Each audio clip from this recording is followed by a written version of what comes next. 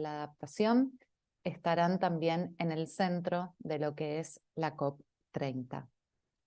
Ahora en breve también avisarles a nuestro equipo de traductoras que estaré cambiando al inglés.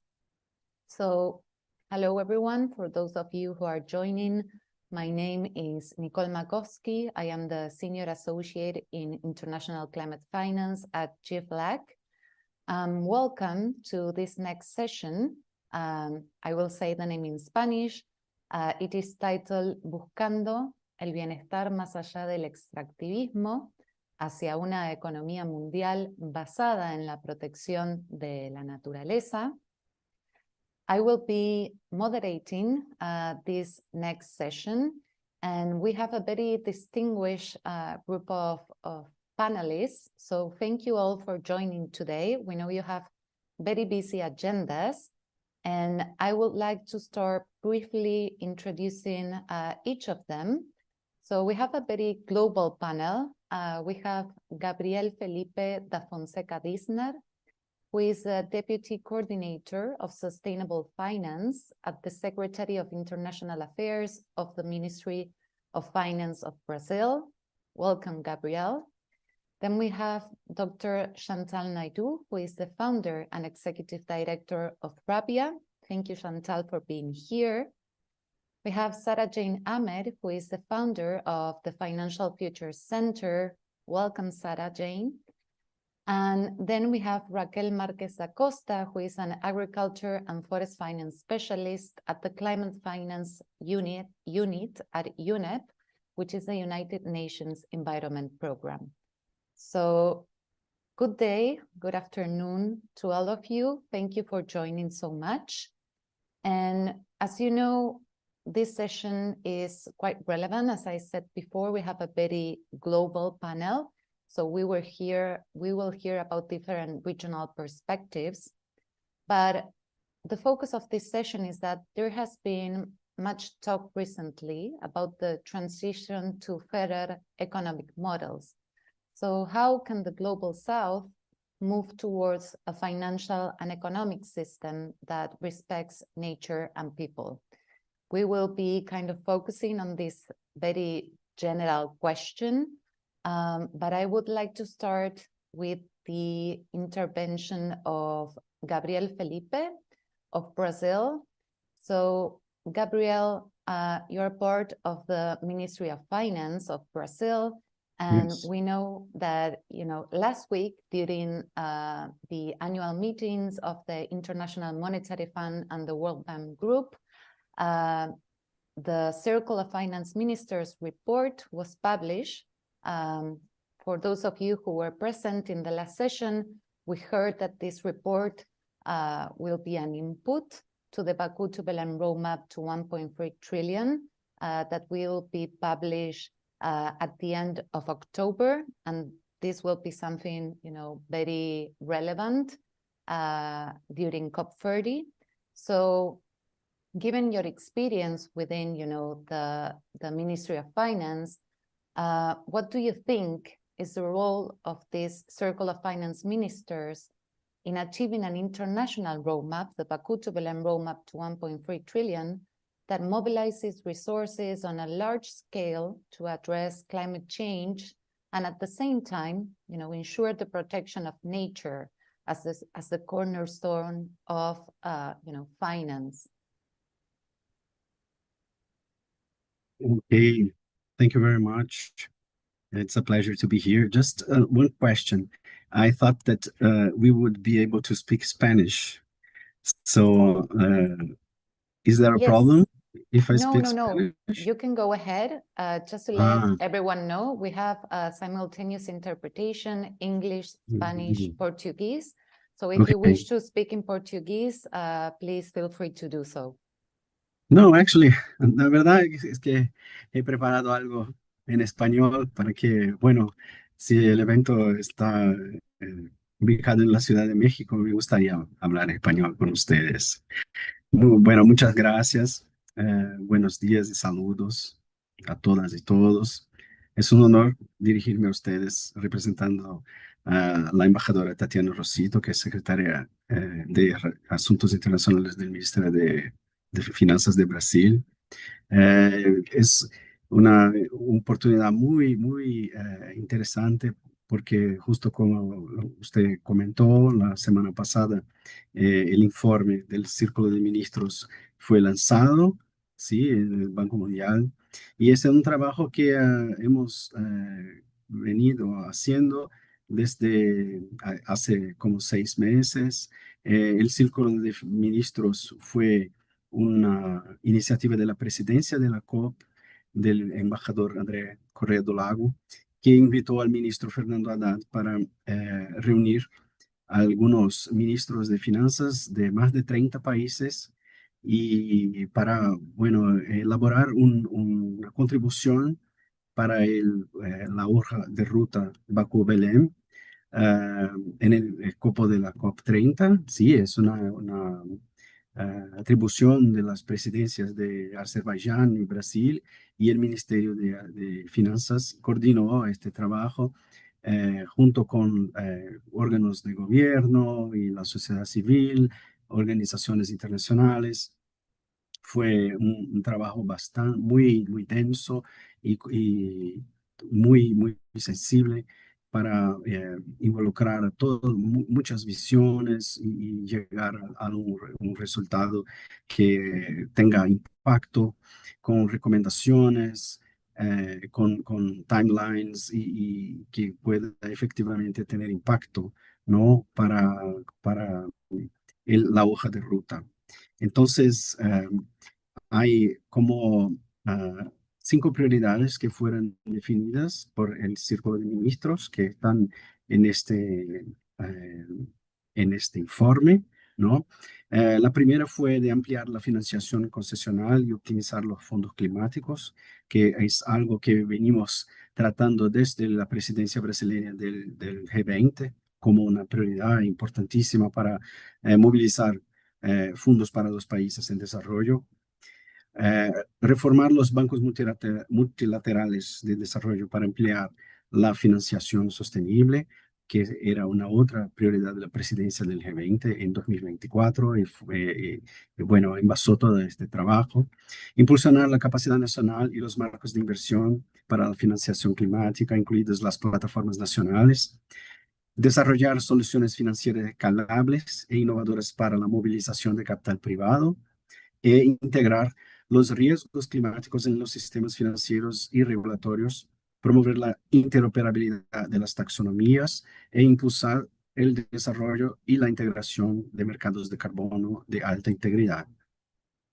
Entonces, el informe contiene una colección de ejemplos, soluciones concretas que indican caminos para avanzar en la implementación de cada una de esas prioridades y para una arquitectura financiera internacional que involucre aspectos de clima y sostenibilidad que son cruciales para el desarrollo. Y bueno, nosotros entendemos que construir una economía global que combine bienestar y protección de la naturaleza es muy posible. Y es eso que estamos intentando con las herramientas que estamos trabajando. Políticas coherentes, innovación financiera, cooperación internacional. Y bueno, tenemos en Brasil una plataforma de inversiones que fue lanzada el año pasado para movilizar recursos privados para proyectos en bioeconomía y soluciones basadas en la naturaleza, am, en industria y energía para reducir las emisiones, pero también para generar empleos dignos, integración productiva en las comunidades locales. Eso es algo muy importante que está involucrado en nuestro plan de transformación ecológica, Nuevo Brasil, que es también liderado por el ministro Fernando Haddad en el Ministerio de Finanzas. Eh, Involucra las finanzas sostenibles, capacitación, tecnología. Entonces, son iniciativas muy importantes que van a contribuir junto a la agenda de acción de la COP30, que tiene que ver también con el lanzamiento del Tropical Forest Forever Facility Fund, que es un mecanismo para proteger los bosques tropicales. Muchos de ustedes, por cierto, ya habrán escuchado que estamos desarrollando este plan, que es para superar un escenario puramente de donaciones para un instrumento financiero que sea rentable y transparente, que sea efectivo para movilizar inversiones privadas, ¿no?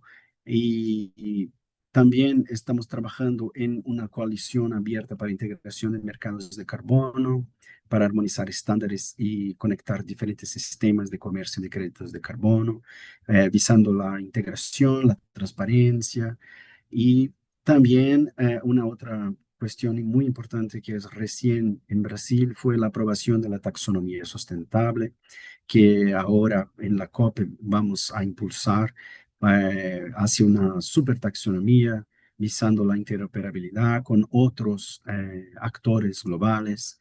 Eh, y esto todo es un conjunto de iniciativas que nosotros creemos importantes para movilización de capital, para favorecer la preservación, no la simple explotación de la naturaleza, pero utilizar los arreglos productivos en beneficio de las poblaciones, las comunidades locales, aprovechando los saberes tradicionales y, bueno, respetando los límites del planeta rumbo a sostenibilidad.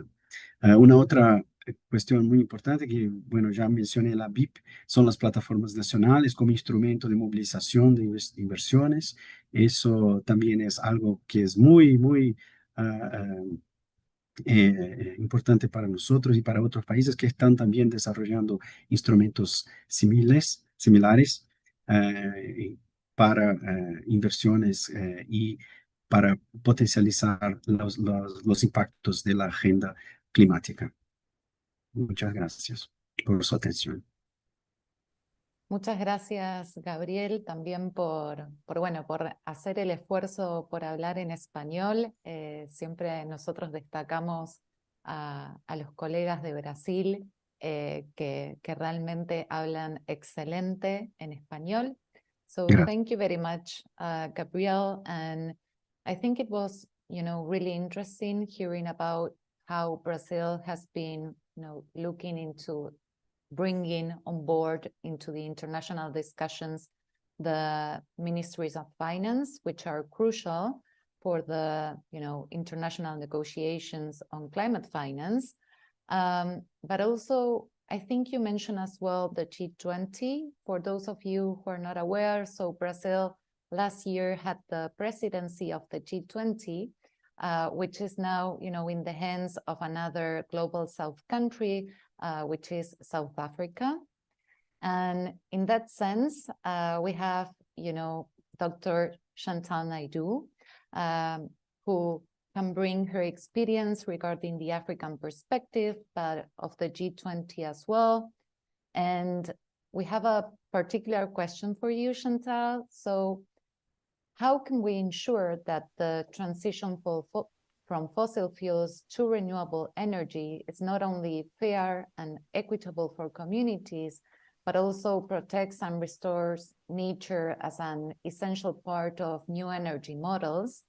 And I think it would be also interesting to hear about, what is South Africa's experience with the Just Energy Transition Partnership, which is the GETP, as it is known in English for its acronym. So please, Chantal. Thank you, Nicole, and thank you to JFLAC for the invitation to share as well. I'm very happy to be here. So maybe if I may, Nicole, start with the last question on our experience with the JET-P. I sometimes joke that I'm still recovering from the experience of working on the JET-P in 2022. It was a very eye-opening experience in the sense that it threw up the areas where we as developing countries need to take more leadership. And I say leadership, perhaps that's not necessarily the right word, but perhaps more courage in when we sit in the negotiation rooms to be very explicit about what we ask for. So the JP was a very progressive and pioneering intervention at the time, designed to help bridge finance needs for a very heavily fossil fuel dependent country as South Africa. There was a good plan that was put together. The plan did not take into account too much of the resilience or developmental needs specifically. It was largely on energy and electric vehicles and hydrogen. And there were elements of how do you fold into that plan the justice component specifically. And that recognition of resilience and nature-based economy was a little bit further, into the realms of adaptation, resilience type funding.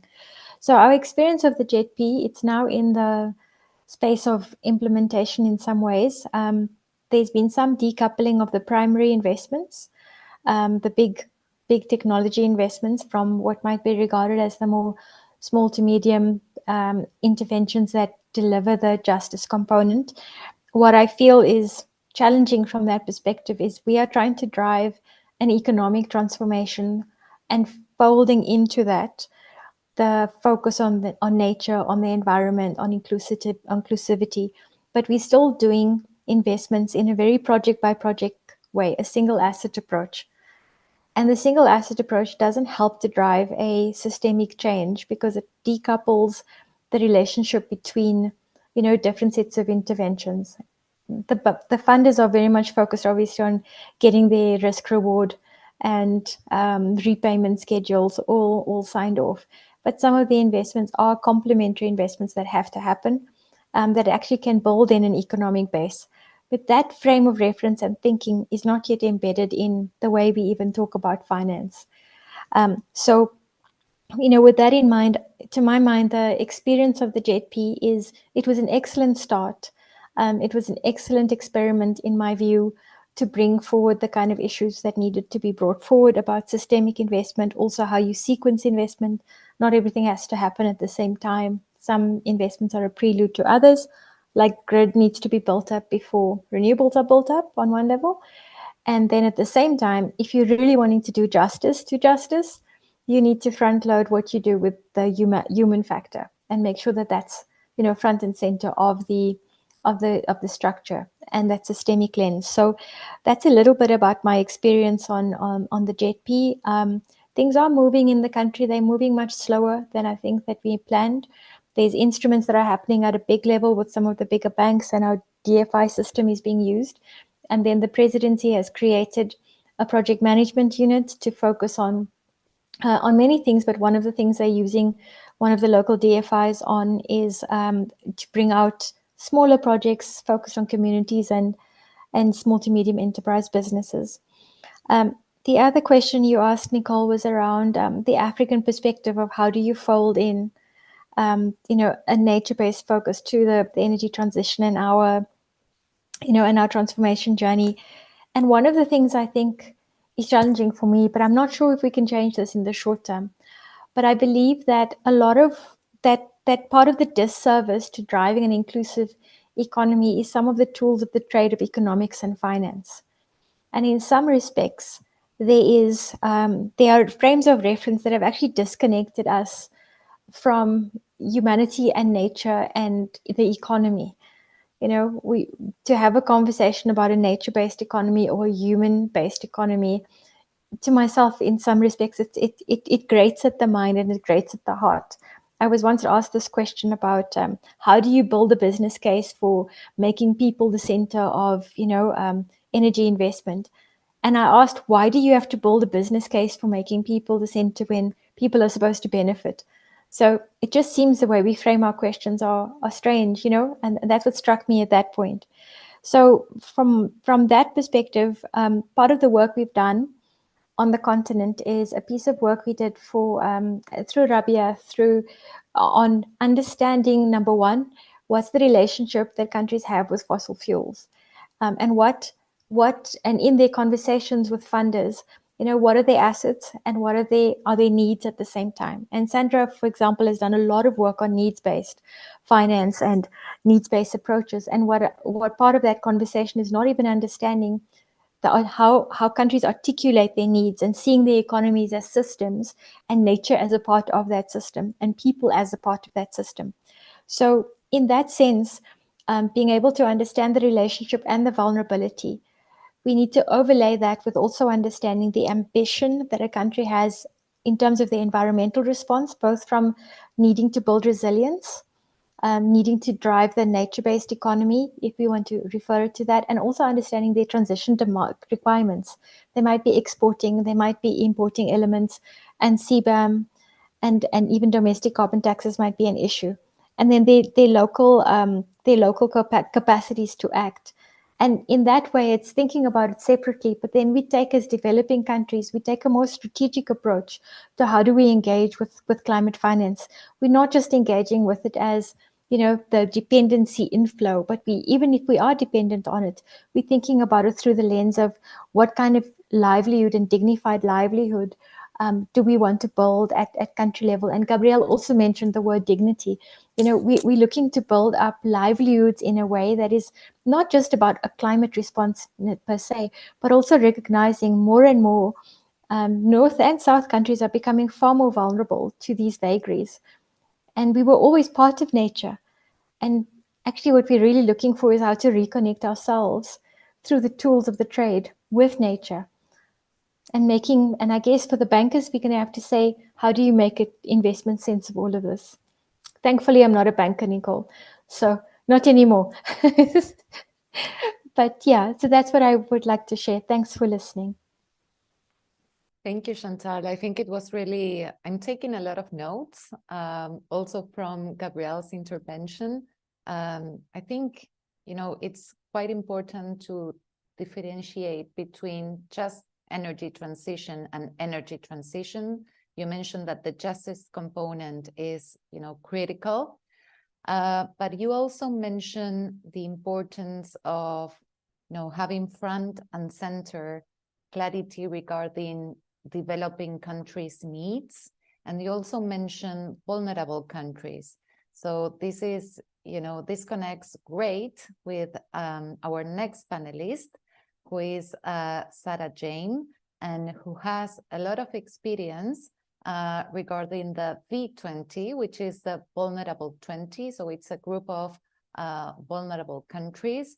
And bearing this in mind, Sarah Jane, and thinking, of course, about the experience of the B20, how can vulnerable countries diversify their economies beyond extractivism and at the same time integrate the protection of nature as a central economic and cultural model in their development strategies?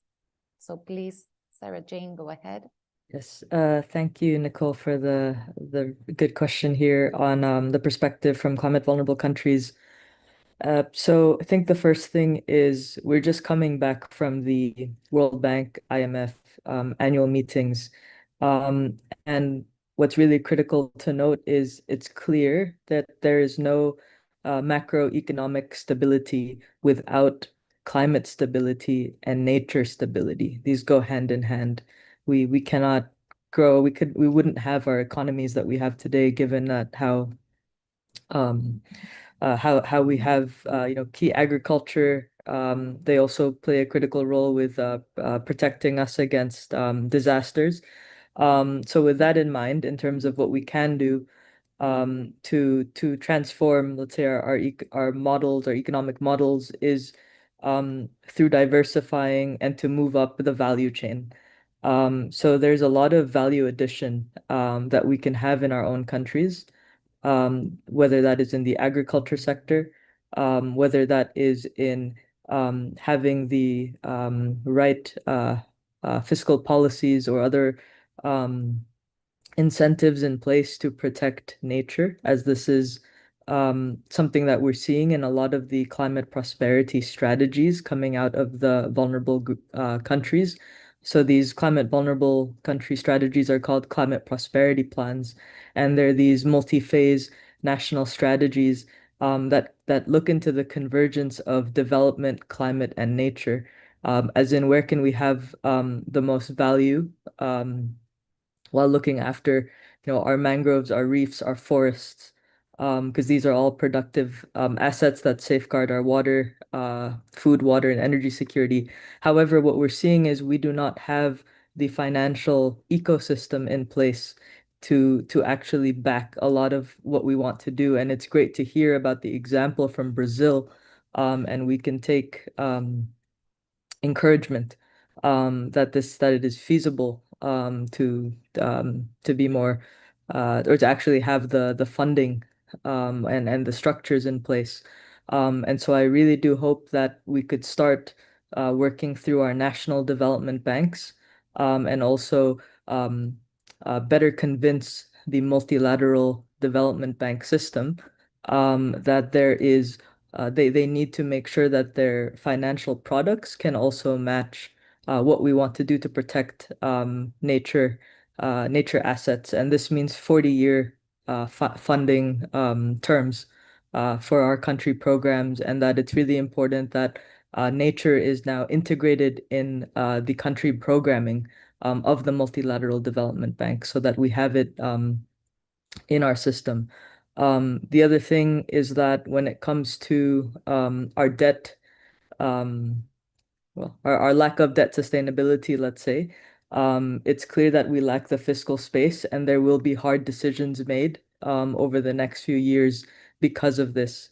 And so it's really important that we find solutions, be it debt for climate swaps, that doesn't necessarily help the high debt servicing costs, but it can free up a little bit of space to invest in what's really critical, whether that's debt for nature, debt for development, and so on. But we do need to find a solution to the debt, the high debt burdens, in terms of reducing the servicing costs, so that we can take on new debt with longer tenors that could be directed towards development, climate, and nature. And I'll stop there. Thank you. Thank you, Sarah. And I think, you were mentioning agriculture, and Gabriel also did when he, of course, he mentioned the TFFF, but, agriculture is key. I mean, not only for developing countries, but also for Latin American and Caribbean countries. So this is something that we will be addressing during these, days of the Climate and Sustainable Finance Week. But I think this connects quite well with our next panelists. So we have Raquel that, I mentioned. She's an agriculture and forest finance specialist. So I think your intervention will be, quite relevant for these discussions. And we wanted to know, what innovative financial mechanisms could the private sector support, countries to invest not only in climate action, but also in protecting the biodiversity and ecosystems on which our economic resilience depends on. Perfect. Thank you, Nicole. Thank you, everyone, for this panel. As you have translations to Portuguese, Spanish, I will speak in my mother tongue. Então, obrigada a todos, obrigada, Nicole, pelo convite de estar aqui hoje. Eu quero agradecer também e parabenizar os demais panelistas, o Gabriel, a Chantal, Sara. Estou aqui aprendendo com vocês também. Trago aqui um pouco do que eu venho trabalhando, mas já fiz várias anotações também, assim como a Nicole. Parabenizar demais o Gabriel pelo Ministério das Finanças. Acho que vocês têm avançado muito e está conectado ao nosso trabalho. Primeiro, eu falo dentro do escopo, dentro do PNUMA, né, o PNUMA, que é o Programa das Nações Unidas para o Meio Ambiente, do qual eu trabalho há 6 anos com sistemas alimentares livres de desmatamento e conversão. Então, é sobre essa ótica que eu trago aqui a minha contribuição, olhando para como que o Sul Global vem trabalhando essa agenda de prosperar a economia, olhando também para a natureza e pessoas. Acho que como as falas anteriores, né, já disseram, né, e aí o Gabriel trouxe muito bem que essa necessidade que foi estabelecida agora no Círculo de Ministros, de impulsionar, né, ampliar o financiamento E aí, quando a gente está falando de ampliar o financiamento, a gente tem um relatório dentro do PNUMA que chama State of Finance for Nature, né? E aí esse relatório ele já foi apresentado 2 vezes e vem agora com uma nova versão esse ano, e ele vai mostrar o fluxo de capital que tem para setores ditos como positivos para a natureza e negativos para a natureza. E ele mostra um gap gigantesco entre aquilo que vai para soluções baseadas na natureza e que vão olhar para esses setores versus o que ainda a gente tem de investimentos e financiamentos para setores que são ditos como negativos. Então, a gente precisa olhar para essa lente e precisa olhar para essa lente de uma forma que a Chantal disse, não olhar só para a transição energética, mas para olhar para a transição energética justa. Então, a gente precisa adicionar algumas lentes a isso. E aí, dentro disso, e é dentro do escopo do qual eu trabalho, a gente vai olhar, então, para crescimento populacional, né? Que aí a Sara falou da questão da agricultura, e aí a Nicole, né, fez a ponte aqui comigo. Então, acho que nada é mais certo nesse planeta de que as pessoas nascem, né? Pessoas morrem, pessoas nascem. Pessoas que nascem comem, e a gente precisa de alimentos. Como que o sul global, que aí a Nicole bem trouxe, né? No caso, olhando para o nosso escopo de América Latina e Caribe, é um grande provedor do alimento no mundo. Como é que a gente traz esse alimento de uma forma em que a gente acompanha esse crescimento populacional, mas que a gente mostre que a gente é capaz, sim, de aumentar a produção sem desmatar ou com um impacto menor na natureza. E é para isso que há 4 anos a gente vem trabalhando o PNUMA junto com a The Nature Conservancy e com o Tropical Forest Alliance dentro do Fórum Econômico Mundial, numa iniciativa chamada IFAC, que é a Inovação Financeira para a Amazônia, Cerrado e Chaco. E aí eu respondo a sua pergunta, Nicole, como é que o capital privado vai olhar para essa agenda? Então, a gente vem trabalhando com atores privados que financiam as cadeias de carne, soja, e também aqueles que financiam as cadeias de sistemas agroflorestais e produtos florestais não madeireiros, a como que eles aumentam a produtividade com livre desmatamento e conversão. E aí, para isso, a gente hoje está em 25 signatários, onde a gente estimula e cria condições, onde a gente tem lá um framework de INS, né, de indicadores socioambientais, onde a gente ajuda a 4 mãos, né, ou a várias mãos, a desenhar mecanismos financeiros que vão, na ponta, financiar essas cadeias, para uma cadeia que seja de uma cadeia de soja, numa expansão de soja para uma área já aberta ou intensificação da pecuária, ou então estimular os sistemas agroflorestais e extrativismo, né, a questão da bioeconomia. Então, a gente ajuda a desenhar esses arranjos financeiros para atrair capital privado em escala, que eu acho que foi a Chantal que comentou isso também, né? Então, a gente precisa de escala, a gente precisa sair dos projetos pilotos e trazer isso com escala e mostrar que eles são viáveis. E para a gente chegar na escala, a gente precisa de track record, é o que a gente mais ouve dos grandes investidores. Então, como é que a gente traz esse track record? É através desses pequenos pilotos. Então, até o momento foram 17 produtos que foram desenvolvidos, desses 17 produtos já foi desembolsado 500 milhões de dólares e que tem tido escalas ao longo do tempo. Então, a gente imagina que desses 500 milhões de dólares desembolsados até o final do ano passado, pelas conversas que estamos tendo com esses signatários, que vão desde empresas da cadeia, ou bancos, ou asset, ou securitizadoras, a gente alcance aí até o final do ano 1 bilhão de dólares desembolsados. A nossa meta é desembolso até 2030 em 10 bilhões de dólares. A gente está confiante de que, de fato, esses produtos que começam pequeno vão ganhando a confiança desses investidores que veem esse setor de alimentos como altamente impactados pela mudança do clima, e não só esses riscos, né? Esses riscos eles são adicionais a todos os outros riscos que investidores já vinham para esse setor, já tem trocentos riscos ali, vários riscos. Como é que ainda a mudança do clima ainda traz um layer adicional, né, de olhar para esse setor. Então, como é que a gente traz um conforto para isso? É para isso que a gente tem trabalhado ao longo desses últimos 4 anos. Eu paro por aqui para uma próxima rodada. Obrigada. Obrigada, Raquel. And I'm practicing my Portuguese for COP30. We'll see how that goes. But I think, again, and I've been taking a lot of notes, so I think we've been hearing first that, we are not apart from nature. So this is a survival issue. There's we have an imperative regarding a shift in paradigm. And this is something we've been hearing in the previous sessions. But also, I think another important point is the issue of involving, all the different actors. And I think this is very good reflected here in this session, because, it's not only about the people. So we need the governments, we need the multilateral development banks, we also need the national banks, and we also need, agencies, for example, such as UNEP.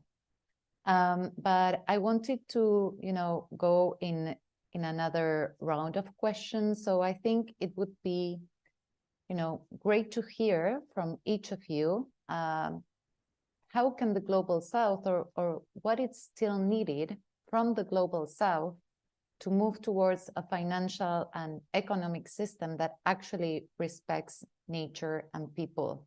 And, you have different perspectives, but I think that if you can also give some concrete recommendations in the road to COP30, that would be great. So I know this is kind of a difficult question for Gabriel, because, he's part of the of Brazil, who will have the presidency. But I don't know, Gabriel, if you have any concrete examples or recommendations, that can be useful, perhaps even from the Circle of Finance Ministers report. So please go ahead, Gabriel. Sí, yo también estaba aquí reflexionando, pensando sobre los temas que las demás panelistas estaban hablando, y también intentando hacer una conexión con su pregunta. Bueno, para desarrollar un nuevo sistema, ¿no? Una nueva arquitectura que tenga esta preocupación con las personas, con un desarrollo sostenible. Bueno, el círculo tiene las recomendaciones en cada prioridad que he mencionado en mi primera intervención.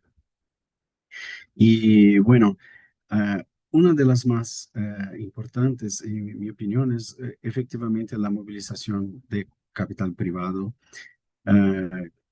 que es una cosa que está también relacionada con ah, la nueva meta calificada que ha sido mencionada en el inicio de esta sesión, ah, para proyectos de mitigación, pero también, y más importante aún, yo creo, para adaptación, ¿no? Es una área que necesita más de recursos, y la COP30 va a tratar de eso con bastante fuerza en los debates, y cómo proveer recursos de adaptación, que son los que podrán tener un gran impacto en las comunidades locales, en los países más vulnerables, los países insulares, en fin, los que han contribuido lo menos para las emisiones, y que los que sienten los impactos de los cambios climáticos los más fuertes, ¿no?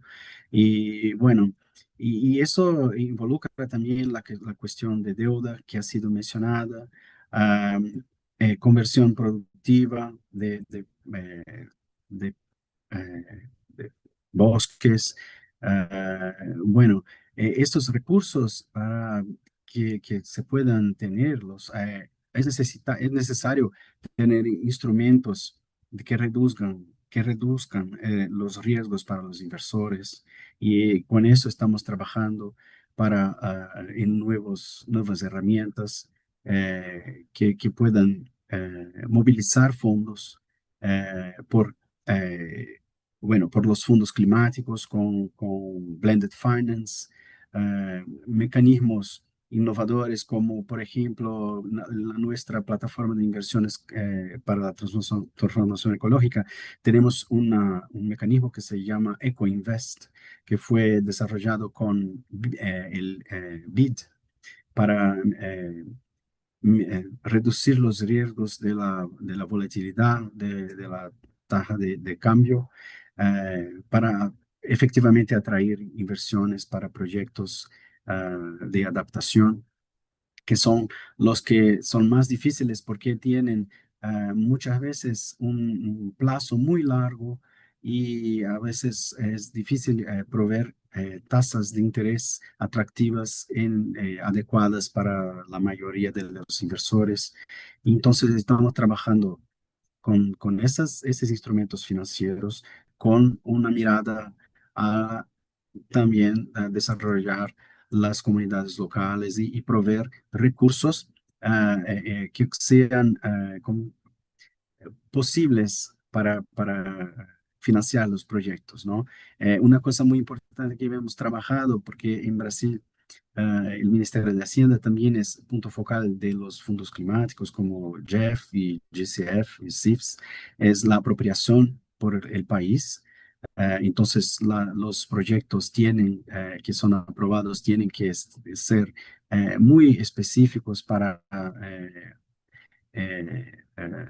tener en cuenta las necesidades de desarrollo, las necesidades de las comunidades locales, involucrar los stakeholders y ser algo que no sea puramente una financiación para otros fines que no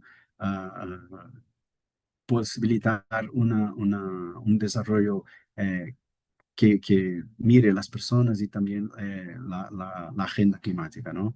Entonces, todo esto viene, estamos trabajando y estamos, bueno, como en el círculo de ministros que involucró muchos participantes de la sociedad civil. Estamos siempre en un proceso de esfuerzo colectivo para llevar estas iniciativas y recomendaciones para la COP y más allá, porque la presidencia brasileña va hasta el fin de 2026. Entonces es algo que va más allá de este informe eh, lanzado por el Círculo de Ministros, y esperamos que las recomendaciones que están ahí puedan efectivamente ser adoptadas y trabajadas por todos los actores involucrados. Thank you so much, Gabriela. And I think this last point is very relevant. So everyone needs to know that, Brazil will have the presidency next year until the next country has the presidency during COP. And that's kind of the process. But I was highlighting, debt, which is something that Sarah also mentioned. And I think that particularly this year, we've seen that the issue of debt has been very present in the discussions. For example, the Vatican's Jubilee Commission published a report. There's also another very interesting one on nature and climate. There's the expert debt review, which you can look online. That's very useful material to go over. But I think the issue of debt is also critical not only for Latin American and Caribbean countries, but also for African countries. And this is something that, many of our countries have been pushing together in different international fora. But again, I think it would be good to know if, Chantal, do you have any concrete suggestions on how can the global south, and particularly I'm referring to Africa now, can move towards a financial and economic system that respects nature and people? Thank you. This is a very fascinating question, Nicole. So thanks for crafting it in this way. One of the things that I've been observing, right, in what makes it difficult for us, maybe to look at our own domestic financial ecosystems and to be supportive, is that you see a lot of, and most African countries, maybe it's true for Global South, all of Global South, us adopting frameworks like ESG frameworks and others, which are helpful, but they're not necessarily, I call them, can we please Africanize the tools of the trade that we actually get given? Because not all of them are applicable, in their essence and in their form. They have to be made relevant to the circumstances in which they find themselves, so the time and the place of circumstance of using these tools. So things like, ESG comes to mind, human rights statements come to mind. Often a whole region might have a very nuanced cultural dimension of how they approach that. And how do we look at our financial ecosystems as also cultural systems, which is very difficult in the sense when you've been heavily colonized, like the whole African continent. We have had three sort of major colonizers per se. So we've got strong British systems. Like South African banking system is very much built off the way the UK banking system looks like. And then those countries that have had French influence historically have got that. So the ability to find something that is homogenous across all of that makes it very difficult. But that means us taking on board that we are given tools to try and make our ecosystems more supportive, right? More support, financial ecosystems that is more agreeable to finance. More, how do we look at debt? How do we look at risk sharing? How do we look at de-risking and all of those things? But the lens through which we look through them is actually not necessarily culturally, attuned to what we actually need in our own countries. And for me, I think one thing that really stands out is that I would be in what I've heard being called a great breakdown, right? We're living in the context of, very much broader geopolitics that is extremely volatile. And what that does to the most developing countries, and very stark on the African continent, is that there's a lot of backtracking of positions, there's been pulling back of pledges, there's been very little pass-through of actual benefits and commitments to the people and to some of the initiatives. So it leaves countries extremely vulnerable. For a country like South Africa, maybe even Brazil, even Mexico, the ability to lean on our own financial ecosystems is relatively stronger than an extremely vulnerable country, which is the ones that, that Sarah in particular has been paying so much attention to over all the years. But what also happens in middle income countries so I'll give you a stat. The gross fixed capital formation in South Africa has been declining over the last 6 to 7 years. And at the same time, non-financial deposits and financial sector deposits have been increasing. We are not investing in ourselves as a country. And as a middle income country, we can have that stat, but for some that don't have that capital base, they can't do that stat. So one of the things the G20 and the COP30, for example, might want to highlight is thinking about investment beyond a single asset investment, as I mentioned in the first intervention, and thinking and starting to recognize perhaps the language of changing development paths means also recognizing systemic investment, which is something that we're trying to, from a country's perspective, I'm trying to invest in a system, which is not a single. For some countries, an entire project is the entire system, but not always. And then I also think that the language about private sector mobilization, public sector, elements as well, we need to appreciate that all these investors, public or private, actually have an enlightened self-interest. They have to act in the name of resilience, and they have to ensure humanity and its connection with nature is prioritized. It actually serves both sides.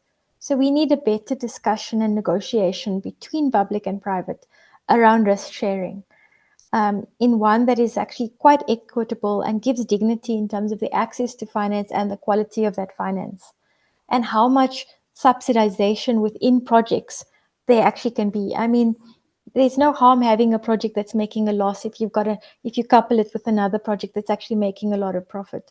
You can think of these things as one bundle, and the bundle is subsidizing itself. So we're looking at that from being able to promote and advance that from a continent perspective. And perhaps, I don't know if it's the same in Latin America, but there's a big worry across the African continent around the critical minerals debate, because there's a whole track of, we can have this financial ecosystem climate conversation, but there's a conversation happening about critical minerals that's kind of decoupled, yet that represents an asset base and the other one represents a need. and you put that together and think about it as a portfolio, you suddenly have assets you can talk about. How do we, how do we beneficiate and do this in a holistic way? But if we don't take this systemic approach, these things don't happen. So maybe it's a call out to Gabrielle, perhaps in the presidency, some of this elements can be peppered in, that we need to also think about how we put projects together in a different way. Thank you, Nicole. Thank you, Chantal. And I can confirm the issue of critical minerals is very relevant here in Latin America and the Caribbean. And I think, this is something also very relevant for this week, because we need to talk about the different sectors that actually, make our economies. So it's not only talking about agriculture, but, having this systemic approach, as you and Sandra as well in the chat were mentioning, that considers, the whole of economy and whole of society approach. And you also mentioned human rights, which is quite interesting, because we had, this year, very recently, the International Court of Justice published an advisory opinion, which again, you can look online. And I think this will be quite relevant for developing countries for the negotiations that will happen at COP. So again, this advisory opinion, we also had one in Latin America and the Caribbean. So I think this issue will be very present in the negotiations, at least in my opinion. But now I think it would be great to hear from Sarah, because many of the issues that Chantal was mentioning are also key for vulnerable countries. So again, if you have any, recommendations regarding how can vulnerable countries move towards a financial and economic system that respects nature and people. Thank you, Nicole. So in terms of looking at COP30, let's say, as a key moment, and shaping asks for that. So one is the climate vulnerable countries, so CVF and V20, are calling for debt growth pathways, meaning that natural capital resilience benefits must be integrated into the debt sustainability analysis. And why this matters is we can convert ecosystem protection into justifying, more concessional terms and longer maturities. And so updating the DSAs to convince, say, the financial system to have these tools would be important to maintain stability. The other is the group is calling for a comprehensive adaptation package. And within this, ecosystem protection prevails, specifically looking at results-based financing. So much of what we have is, to Chantal's point, it's looking at projects, like very specific projects, but we're missing the mission, we're missing the targets, the goals of what we actually want to do. So, looking at it from a results-based perspective, and this shouldn't be, conditions per se, but rather country-led, country-owned metrics. The other is on the national adaptation plans.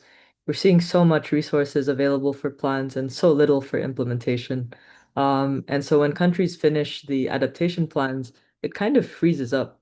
So what we're hoping is perhaps there could be a way, much like there is readiness funds to prepare these plans. Could we have readiness funds to prepare the implementation of these plans? So the group is specifically asking for at least $4 million in direct access grants for a running start, that would be available upon completion of a national adaptation plan. And we see that our plans currently have nature-based adaptation and lots of community livelihoods within those. The other is, as we look to risk management, we know that ecosystem losses are happening, coral bleaching, mangrove destruction. Part of our risk management must involve protecting these ecosystems. And so we have a global shield program with Germany, a G7 program on financial and social protection. But I think what could be interesting, a lot again, resources permitting, of course, is considering a way where we have ecosystem regeneration or prearrange resources to restore ecosystems as part of that. The last point I would like to make, just two more points on debt for nature, debt for climate, debt for resilience swaps. While this doesn't solve the problem, we see that we can take that additional headroom, right, to make programs come through and to maybe illustrate, let's say, the value of this. Again, it's another sort of it's not a permanent fix, but it's a good way to begin because we can't wait any longer. The other point is global governance around nature. So we have the High Seas Treaty, the BBNJ. This is the and the ICJ opinion that you had mentioned, it reaffirmed 1.5 C as the survival limit. And what we know for a fact is that we need basically marine carbon sequestration as part of protecting this limit. And so literally it's saying protect our oceans, our deep seas is what the BBNJ. So I think something to figure, and this points to that the issue on the minerals, the critical minerals, and deep sea mining. This the BBNJ treaty is effectively saying that we can't do that, right? To in order to protect, to have climate stability. So nature and climate converge here. And so really critical that we protect that agreement and that we implement this agreement. Yeah, and I guess the my last point is just that our financial system does not have climate vulnerable countries necessarily in the governance arrangements. And they're not reflected appropriately. And it's so no wonder then that we don't have so much of our assets, let's say, our what we build our livelihoods on protected or even counted as part of our balance sheets. So again, it's just total redo of the valuations and what we think is important versus what the system, the current prevailing system thinks is important. So yeah, very grateful that we have the Brazilian presidency ahead of us to course correct this. Thank you. Thank you, Sarah. And I think it's quite interesting that you mentioned the BBNJ because, you know, we are in a very complex international context, but there have been certain developments, let's say this year, that will be key for COP30. And I know, Raquel, that you are not here representing a country or a specific group of countries, but in a couple of minutes and in closing, perhaps if you would like to give some recommendations or what are you seeing from UNEP's perspective, you know, as being important for this transition to a new model that actually takes into account people and nature. Não, legal. Eu acabo vindo com o viés de Brasil, né? E também dentro do IFA, que a gente tem falado de Argentina e Paraguai também, que são as regiões do Chaco.